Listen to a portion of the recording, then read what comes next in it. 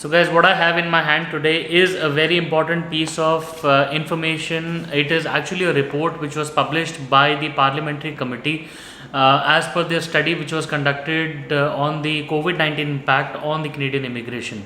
Now this report is, although it's not something that the Canadian government must follow, but this report is extremely important because it's a parliamentary committee report, and it definitely tells us that what is the thinking of the officials in Canada at the highest level, as the highest official level, and what is the way forward, what is their mindset, what are they thinking, and what is the take of the best minds which are looking into immigration and citizenship related policies and everything. So let's just get on with this video today, and we are discussing this important the mindset. It is basically the mindset of the government officials or the best known minds in Canada who specifically focus on immigration and citizenship related policies, and which ultimately decides the future of immigration in the years to come.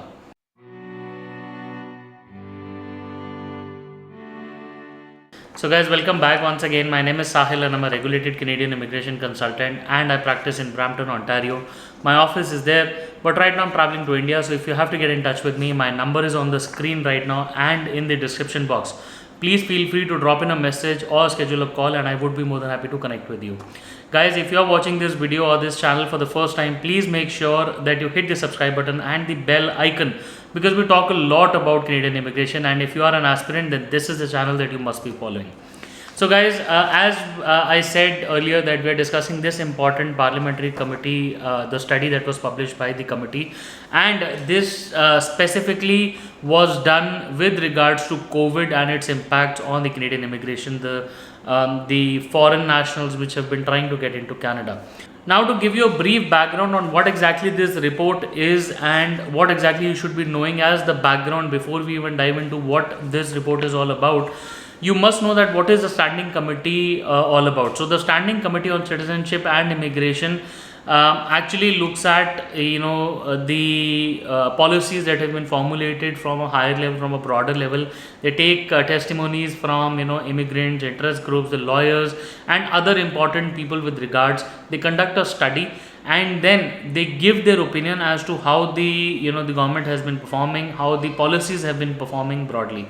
Now Salma Zahid, who is the chair of the committee for this particular session, is the one who tabled this particular report in the House of Commons on May 13th, and it touches upon issues that have been mainly related to three categories. Now first one is the Canadian immigration, second one was the economic, the family, and the refugees part of it. Okay, now the study was first conducted in the as soon as COVID hit, and they wanted to make sure that whatever policies that the government has been taking, how has it been affecting the public at large. Okay, now this is the bird eye view that everybody was looking for, because you as an applicant, you might say something, IRCC as the regulator might say anything, or the immigration department might say anything, but there has to be a bird eye view to whatever that's happening. Now at least one member from every major political party is usually a part of this particular committee, and they give all their suggestions when they're conducting their study. It's a holistic approach towards all of that. The second thing that you must know is that the government, the IRCC or the immigration department, is not obliged to change the policy based on this particular report or the study. Okay, now they have given some 38 recommendations in this particular policy, which touches on 8 major categories, which I'm going to tell you very shortly. Now, like I said, the government has no obligation to change the policy, but they have 120 days to give a response to the recommendations or the observations made under this particular report. Now there are 8 particular categories. After going through all the recommendations and the parts of the report, I can very comfortably classify the recommendation in 8 particular categories. Now first one is improving the existing immigration system, and which includes like digitization, transparency, etc. So all of these are one bucket and the category that we're talking about. The second bucket or the category that we can talk about majorly is focused on international students. The third one is going to be new permanent residency pathways, okay, which the the committee has suggested, has recommended. And the fourth one would be family sponsorships. Now specific focus on parents, grandparents, spousals, children to be adopted, all have been considered under this. The fifth category would be work permits, followed by recommendations for protected person, basically asylum seekers. And the seventh category would be residents of Hong Kong. We all know what's happening there. And then the final would be COVID-19 related relief measures or COVID-19 related recommendations, which is the prime base of it. Okay, so what happened was, since the report is very thick, it's very big, it's not possible for me to compile all of that in one video. So I thought of making three separate parts of this particular video. So after this, you're gonna get two more parts of it. So this is the part one that you're watching. So this one is going to be a little more longer than you can expect. The second part and the third part is gonna be there, where I'm only gonna be discussing the buckets of recommendation. So the part one that I'm discussing today is technically focusing on improving the existing immigration system, the digitization, and all the other recommendations that they have made, along with the very important COVID-19 related measures. Okay, the second part of the video is going to focus on international students, family class, the sponsorships and everything, and the new PR pathways. Okay, and the third part of the video is going to focus specifically on recommendations for the asylum seekers and for the recommendations made for the Hong Kong residents. Okay, so after watching this one, you might want to look at the other ones also, because today you might be in one of the relief measures or in one of the the improvements category, but tomorrow you might be applying under the temporary, like an international worker, or the international student, or might be in the permanent one, like the new PR pathway, or like the family sponsorship. And then if you are under the category where you're looking for protection or other measures, then the third part is going to be of more interest for you. But yes, let's just begin with the buckets. And the first one that we are discussing today is the improvements that have been recommended by this particular committee with respect to the existing the immigration system. Also other recommendations that they made with this particular part, followed by the COVID-19 related recommendations that they had to make. So guys, I will be reading through the the report by itself, because I don't want you to miss on any important words of it. And I am not a trained news reader, I am an immigration professional, so I can't be looking at the camera and only presenting my views, because the words here are really important. So I know a lot of people will say that he's been reading reports and all. Well, the folks are welcome to read through the 100-page report if they are interested, but I think for everybody else, the words here are really important if you want to go through the recommendation. Okay, and I will be presenting my views alongside, so that you get a sense of what exactly I'm trying to convey. Okay, now the first recommendation, guys, here is issuing a letter with a scannable barcode. And what they are trying to say here is that for the people now, during instead of affixing a passport, a sticker in the passport, okay, now visa that we technically call, they are saying, since the VACs are closed and everything is there, they should look at an alternate measure of issuing a scannable barcode, okay, like a letter or something, which the traveler can carry to the airport, and the immigration authorities can literally just scan on it and look at the validity of the visa and everything. So that's the first recommendation that they have made. Second recommendation they are saying is that increasing the settlement funding for digital technology. Now the IRCC must increase the funding to settlement services to promote digital literacy and the availability of digital tools. Okay, now it's pretty much fairly simple to follow. They are trying to say that digital literacy of the people, of the the applicants, it must be increased, and they must increase the funding towards the efforts that are already going in there.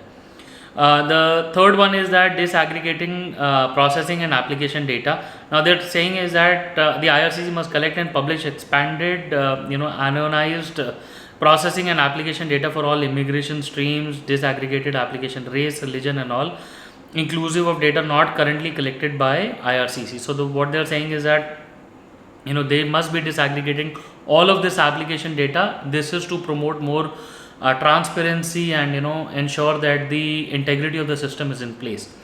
They have also recommended that the tracking of applications must be available real time for the applicants, and this is really important because a lot of people have been waiting for a lot of updates when their files might take a little longer than expected. So instead of calling and thinking that what has happened with the file, a real time tracking is much more suggested and recommended. Okay, and they've said that the strengthening of the communication protocols, where IRCC must negotiate and articulate clear protocols and policy communicating among IRCC, visa offices, airlines, provincial territorial governments, and designated learning institutions. So that is what they have suggested. Now the next suggestion that they have made is that releasing applicants a full justification of their refusals. Now every time we know a refusal is made, an applicant is just given a particular section of the act or the regulation, where if you look at the refusal letters, all of them, they literally look like the same. Well, they look like the same because the act or the regulation is conveyed to the applicant, but at the back in the GCMS notes, in the application notes, the officer who's rejecting the file records the actual reason as to what was the the issue that he found out in the application and what was the basis of its rejection. Now the committee says you must give full justification of the refusal. Okay. Second, the next recommendation is that creating an immigration ombudsperson. They said that the government of Canada introduced legislation to create an IRCC immigration ombudsperson to oversee IRCC and receive complaints. So ombudsperson basically investigates if there is a complaint if any. So they must create an immigration related ombudsperson to investigate more on any incoming complaints. They have next they have recommended that building compassion into the system and communicating mistakes. They said during COVID-19 period, IRCC contacted applicants to correct mistakes, or they are saying that they can contact the applicants to correct mistakes, include missing documents, and provide applicants with sufficient opportunity to fix. So what they are trying to say is that include a little more compassion into this particular process. Instead of completely refusing the file and returning the file, they must give the applicant a second chance to fix what is wrong in the application. Okay, and the next recommendation is that they must prioritize the issue of standard acknowledgement of receipt. Okay, now the IRCC prioritizes issuing the usual AOR. Now they must do that a little more quicker and in a much more better way. This is the recommendation by the committee. Okay, now this was under the bucket of improvements that have been suggested. If you look at the COVID-19 related recommendations that the committee has given, those are a little more different and specific. They said just in a second. Yep. So the first recommendation under this particular bucket they've made is that recognizing expired permanent resident cards. Okay, now what the committee says is that IRCC must implement measures that enable permanent residents with expired PR cards whose PR card renewals have been impacted by COVID-19 processing complications. Okay, now this is the first recommendation, and like I said guys, the IRCC is not obliged to follow all of them, but they will be providing an answer within 120 days of receiving this particular study. The next recommendation they have said is that extending validity of medical exams. Now we all know medical exams, the practitioners and all have closed doors or closed shops, and they are trying to help COVID-19 patients, and this is what the committee has suggested, that you must extend the validity. The usual validity of a medical exam is 1 year.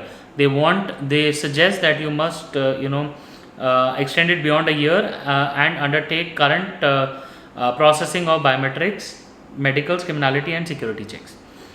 Adding resources to process temporary resident extensions.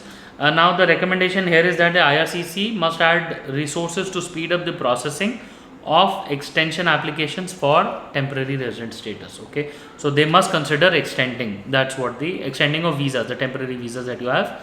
they must consider processing of extension of applications. The next recommendation was locking in the age of dependents. The IRCC must adopt the policy that is used in refugee applications to lock in the age of all to must lock in the age of all dependent children as of 1st of March 2020 until the PR applications are processed. There is no further risk that these dependents may be aged out because of processing backlogs due to COVID-19. I think this is a fair recommendation that we already know that under the refugee applications, once the application is submitted, the application could take years and years to complete. In that case, in a refugee application, the age of the dependent child gets locked. Now, even if the child becomes 30 years, but if his file was submitted, say at the age of 20, he will still be given the PR as a dependent child. Okay. Now, what these guys are saying here is that they must adopt a similar policy with respect to the delays under COVID-19 also. I'm not sure if it's going to be followed, but yes, it's there. They are saying reducing administrative requirements for co-op work terms. The IRCC must expand the standard conditions of study permits to allow international students to work full-time for an internship or co-op placement that is part of an educational program without the need to complete any additional procedures. That is another recommendation because we all know COVID-19 delays are happening. The last under the COVID-19 relief bucket that they identified was issuing the authorization letter automatically. The IRCC issue authorization letters automatically to foreign nationals who have had their confirmation of PRs and permanent resident visas expiring due to pandemic period, and the need to renew the expired supporting documents must be waived off during the pandemic. So this is another important one. I think this is doable and very important, and this is pretty considerable because a lot of people we know who have been approved for PRs, who have PR visas have been expired, and now they are struggling to get back to Canada. Okay, and the reissuing of those documents and everything has been taking a lot of time. So what the committee is suggesting is that issue the letters automatically. Okay, now I think these are pretty doable and very humane, I would say is the right word, considerations that the committee must take. The committee suggests and the IRCC must consider because I understand that not all of them are doable, but then I think from a layman perspective they sound pretty reasonable. But then yes, IRCC is the deciding authority. I'm sure the minister is going to take a deep look on this particular report and will take a considerable decision in public benefit and the security of the country so far. Guys, this was it for the part 1 video. In the part 2 and the part 3 we will be discussing, the part 2 will be discussing the international students, new PR pathways, families, which is going to be the next video. So please be tuned till the end of the next video and the following one as well, because this is a really important report. Okay, and this is going to tell you what exactly is the thought process behind the policy makers, people who drive the thoughts of the policy makers as well. So what exactly is the country thinking about and how are we taking immigration in the times to come? Guys, I hope the video was helpful, and once again it was lovely chatting with you. Until the next video, I wish you all the best and I hope you are safe and wish you a speedy recovery if you are not keeping well, but hope to see you soon in Canada.